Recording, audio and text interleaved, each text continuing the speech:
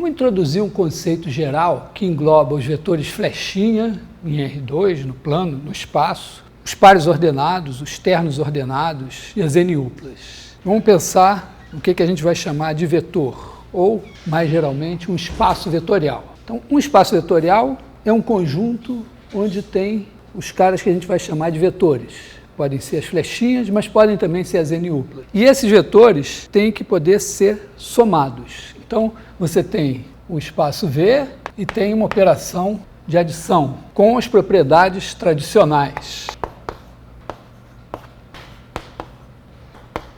Essas são as propriedades tradicionais. Quer dizer, para quaisquer U e V, você tem possibilidade de trocar a ordem, a propriedade da comutatividade. A soma de vetores é associativa. Existe um elemento neutro. E aqui, pequeno detalhe, quando a gente diz que existe, já é imediato que esse cara é único. Quer ver? Imagina que tem um outro, que seja um zero quadrado. Soma 0 com 0 quadrado. Como a operação é comutativa, tanto vale se esse mais qualquer um dá o qualquer um e esse mais qualquer um dá o qualquer um, então esse mais esse dá o quadrado e também dá o redondo. Portanto, eles são iguais.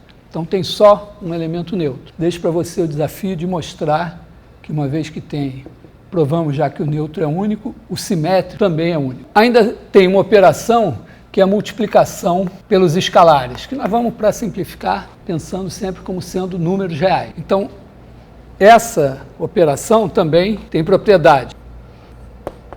São propriedades tradicionais. Essa é uma espécie de associatividade e essa é a distributividade dupla. Tem uma oitava propriedade aqui, que eu vou destacar, e que não é tão evidente, que é a seguinte: 1 vezes U tem que ser sempre igual a U.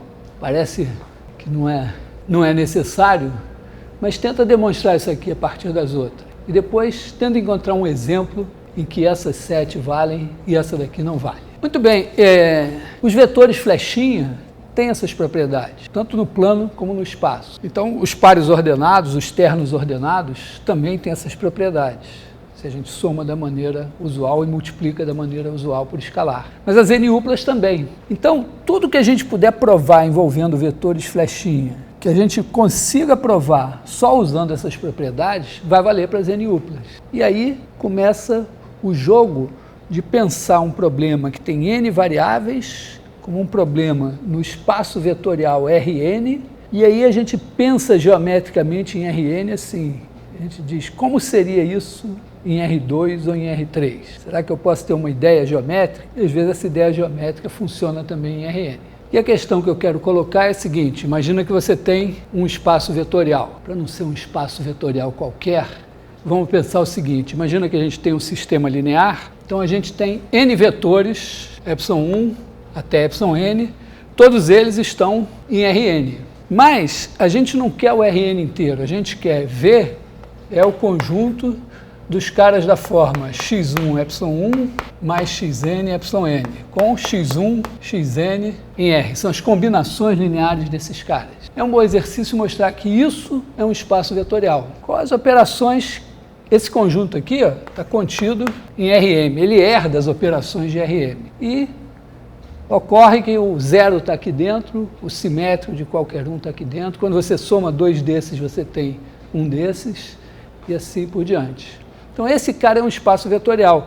Ele não é o Rm todo, ele é algo como um plano em R3. A questão é a seguinte: será que a gente pode atribuir a esse cara um número que a gente diga que é a dimensão dele? Observa que a gente pode conseguir uma base a partir desses caras, porque esses daqui geram todo o espaço. Todo mundo é combinação linear desses.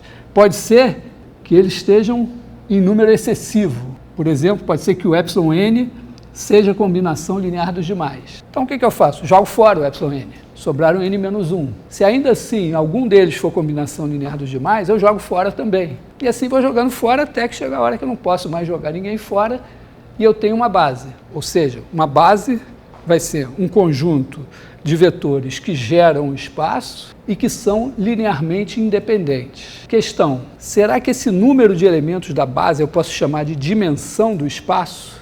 Ou seja, será que ele independe da base que eu escolha? Ou seja, será que 2 bases do nosso espaço V sempre tem o mesmo número de elementos? Ou mais geralmente ainda, dado um espaço vetorial, será que duas bases desse espaço vetorial têm sempre o mesmo número de elementos? Essa é uma boa pergunta.